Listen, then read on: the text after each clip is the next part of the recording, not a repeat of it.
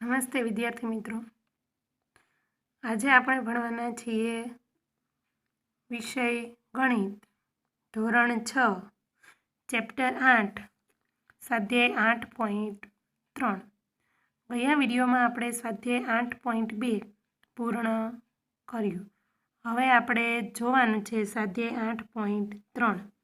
એમાં પ્રશ્ન 1, કઈ સંખ્યા મોટી છે? અહીંયા તમને બે સંખ્યા આપેલી છે 0.3 અને 0.4. તો જ્યારે દશાંશમાં સંખ્યા હોય ત્યારે તમારે એને શું કરવાનું? અપૂર્ણાંકમાં ફેરવવાનું. અપૂર્ણાંકમાં સંખ્યા ફેરવો પછી તરત જ ખબર પડી જાય કે કઈ સંખ્યા મોટી છે અને કઈ સંખ્યા નાની છે. તો 0.3 0.4. તો અહીંયા 0.3 એને 3 છેદમાં પોઈન્ટ મારે અહીંયા લાવવું હોય તો 1 પોઈન્ટ પાછળ ખસો એટલે છેદમાં 10 લખાય. 0.4 તો 4ના છેદમાં 1 પોઈન્ટ અહીંયા ખસો એટલે છેદમાં 1 શૂન્ય લાગે. બરાબર. અપૂર્ણાંકમાં ફેરવ્યા બાદ બંનેના છેદ તમારે સરખા કરવાના. તો અહીંયા જો, તો અહીંયા તો બંનેના છેદ સરખા જ છે. જ્યારે છેદ સરખા હોય ત્યાર પછી અંશની સરખામણી કરવાની. તો આના અંશમાં કેટલા છે? તો કે 3. આના અંશમાં કેટલા છે? 4. તો 3 અને 4માંથી મોટી સંખ્યા કઈ થાય? 4. એટલે મોટી સંખ્યા કઈ થઈ? 4. તો આપણે લેસ ધેન અને ગ્રેટર ધેનમાંથી કઈ સાઈન મૂકશું? Less than. લ જેવો આકાર હોય એને લેસ ધેન કહેવાય. લ જેવો આકાર હોય એને લેસ ધેન કહેવાય અને ગ જેવો આકાર હોય એને કહેવાય ગ્રેટર ધેન. બરાબર. જે સંખ્યા મોટી હોય એની બાજુ તમારે 2 પાંખડા રાખવાના અને જે સંખ્યા નાની હોય એની બાજુ તમારે 1 પાંખડું રાખવાનું. તો આમાં 3 અને 4માંથી મોટી સંખ્યા 4 વાળી છે એટલે પાંખડું કઈ બાજુ આવશે? 4 બાજુ. તો આ 4ના છેદમાં 10 એ કઈ સંખ્યા છે? તો કે 0.4. એટલે લખવાનું 0.4 એ મોટી સંખ્યા છે. ત્યાર પછી આવે છે 0.07 કે 0.02. 0.07 એટલે 7ના છેદમાં કેટલા લખાશે? તો 1 અને 2 એટલે 2 શૂન્ય લખાય એટલે 100. અહીંયા આવશે 2ના છેદમાં 1 અને 2 એટલે 2 શૂન્ય એટલે 100. બરાબર. ચાલો પહેલાં તો છેદ સરખા કરવાના. તો છેદ તો બંનેના સરખા જ છે. બરાબર. છેદ સરખા હોય પછી અંશની સરખામણી કરવાની. તો 7 અને 2 બંનેમાંથી મોટું કયું? 7. એટલે શું આવશે? Greater than. 7 બાજુ 2 પાંખડા એટલે ગ્રેટર ધેન. હવે 7ના છેદમાં 100 એ મોટી સંખ્યા થઈ તો એ કઈ સંખ્યા છે? તો કે 0.07 એ મોટી સંખ્યા છે. આગળ 3 કે 0.8. હવે આમાં તો તમને ડાયરેક્ટ જ ખબર પડી જાય એવું છે. કઈ રીતે? તો કે 3 છે એ કહેવાય છે પૂર્ણ સંખ્યા છે. 0.8 તો આમાં પૂર્ણ કયું થાય? તો પોઈન્ટની આગળની જે સંખ્યા હોય એ પૂર્ણ સંખ્યા થાય. તો આમાં 3 પૂર્ણ છે અને આમાં 0 પૂર્ણ છે. તો 0 અને 3માં મોટું કયું? તો કે 3. એટલે અહીંયા તમને ડાયરેક્ટ જ ખબર પડી જાય કે 3 જે છે એ મોટી સંખ્યા છે.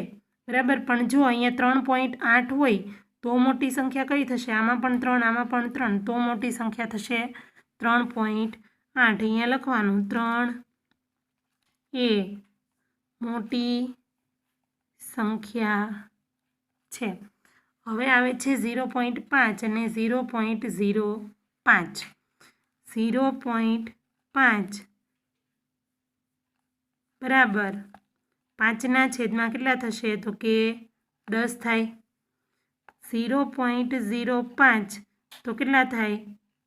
5ના છેદમાં કેટલા થશે? તો 1 અને 2 શૂન્ય થાય એટલે 100 થાય. બરાબર. હવે પહેલાં તો શું સરખું કરવાનું? તો કે બંનેના છેદ સરખા કરવાના. તો આનો છેદ તમારે 100 કરવો હોય તો બેયને 10 વડે ગુણવું પડે. ઉપર નીચે અંશ અને છેદને 10 10 વડે ગુણાકાર કરવું પડે, 10 છે એટલે 10 ગુણ્યા 10 એટલે 100, બરાબર. એટલે ઉપર થશે 50 ને નીચે થશે 100.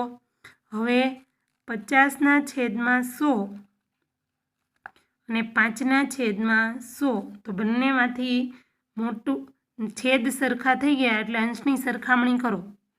અંશની સરખામણી કરો તો 50 અને 5માંથી મોટા કયા? 50. એટલે શું આવશે? ગ્રેટર ધેન 2 પાખડા 50 બાજુ, એટલે 50ના છેદમાં 100 એ કઈ સંખ્યા હતી? તો કે 0.5. એટલે શું થશે?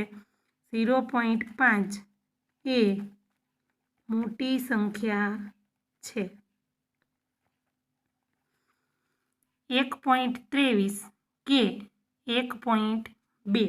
હવે આમાં આપણે એક રીત આ જોઈ, બીજી રીત કરવાની કઈ તો અહીંયા જો પોઈન્ટ પછી કેટલા આંકડા છે? 2. અહીંયા પોઈન્ટ પછી કેટલો આંકડો છે? 1. તો આને આપણે 2 આંકડા મારે કરવા હોય તો પાછળ હું શૂન્ય લગાવી શકું, બરાબર. હવે ચાલો ફેરવું તો 1.23 એટલે 123ના છેદમાં 1 અને 2, 2 શૂન્ય આવે એટલે શું આવશે? અહીંયા આવશે 120ના છેદમાં 100, કારણ કે 1 અને 2 પોઈન્ટ ખસો એટલે 100 થઈ જાય. હવે છેદ સરખા છે તો અંશની સરખામણી કરવાની. અંશમાં 123 અને 120માંથી મોટું કયું છે? 123. એટલે શું આવશે? ગ્રેટર ધેન 2 પાકડા 123 બાજુ. બંનેમાંથી મોટી સંખ્યા કઈ થઈ? તો કે 123ના છેદમાં 100 એ કઈ સંખ્યા હતી? તો કે 1.23. તેથી 1.23 એ મોટી સંખ્યા છે. આગળ 0.099 કે 0.19. પોઈન્ટ પછી આમાં કેટલી સંખ્યા છે? તો કે 1 2 અને 3. આમાં પોઈન્ટ પછી 1 2, તો અહીંયા હું શૂન્ય લગાવી શકું બંનેમાં સરખું કરવા માટે. ચાલો હવે 0.099 એટલે 99ના છેદમાં કેટલા આવશે? તો 1 2 અને 3 એટલે 1000.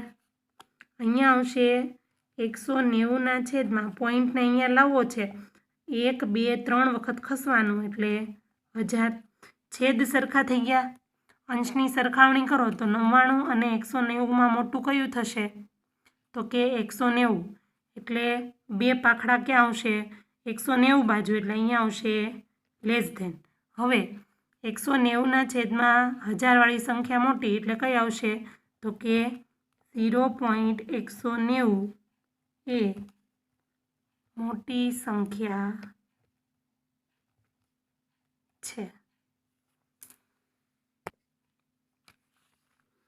1.5 અને 1.50. આમાં પોઈન્ટ પછી 2 સંખ્યા છે, આમાં પોઈન્ટ પછી 1 સંખ્યા છે, તો હું 2 કરી દઉં.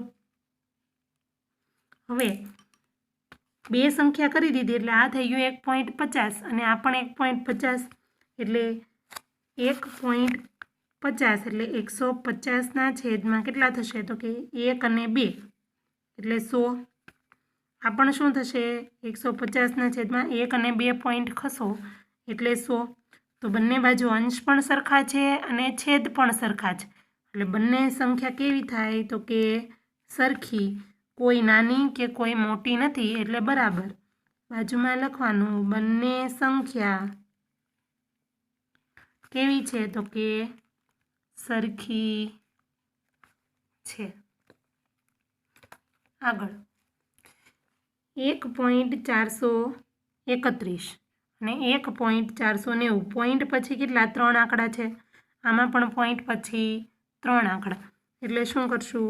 તો 1431ના છેદમાં કેટલા લખાશે? 1 2 3 એટલે છેદમાં 3 શૂન્ય એટલે 1000. આમાં 1490 છેદમાં 1 2 3 એટલે 3 શૂન્ય એટલે 1000. છેદ સરખા છે એટલે અંશની સરખામણી કરો તો 1431 અને 1490 બંનેમાંથી મોટું કયું થશે? તો કે 1490. એટલે 2 પાખડા 1490 બાજુ. 1490 વાળી સંખ્યા મોટી થઈ એ કઈ હતી? તો કે 1.490. તેથી 1.490 એ મોટી સંખ્યા છે. આગળ 3.3 કે 3.300. ચલો અહીંયા પોઈન્ટ પછી કેટલા આંકડા છે? તો 1, 2 ને 3. આમાં પોઈન્ટ પછી એક જ છે, તો મારે 3 આંકડા કરવા હોય તો પાછળ હું શૂન્ય મૂકી શકું. હવે તમને સામે દેખાય જ છે કે બંને સરખા જ છે, બરાબર. ચાલો લખો હોય તો એવી રીતે લખાય કે 3300ના છેદમાં કેટલા? 1, 2 ને 3 એટલે 1000. 3300ના છેદમાં 1000. બંને સંખ્યા તો સરખી જ છે એટલે શું આવશે? બરાબર. તેથી બંને સંખ્યા કેવી છે? તો કે સરખી છે. ચાલો આની પછી 5.64 અને 5.603. પોઈન્ટ પછી કેટલા આંકડા છે? તો કે 1 અને 2. આમાં પોઈન્ટ પછી કેટલા આંકડા છે? તો કે 1, 2 અને 3.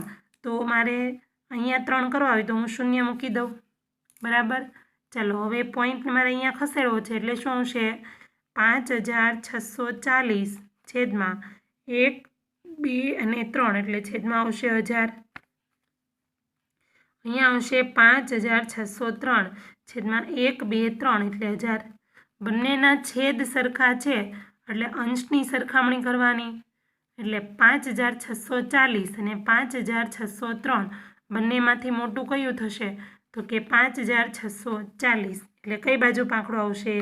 આ બાજુ, બરાબર. એટલે કઈ સંખ્યા થઈ? તો 5.640 એ મોટી સંખ્યા છે. અહીંયા તમારું સ્વાધ્યાય 8.3 પૂર્ણ થાય છે. આગળના વિડીયોમાં આપણે સ્વાધ્યાય 8.4 જોઈશું.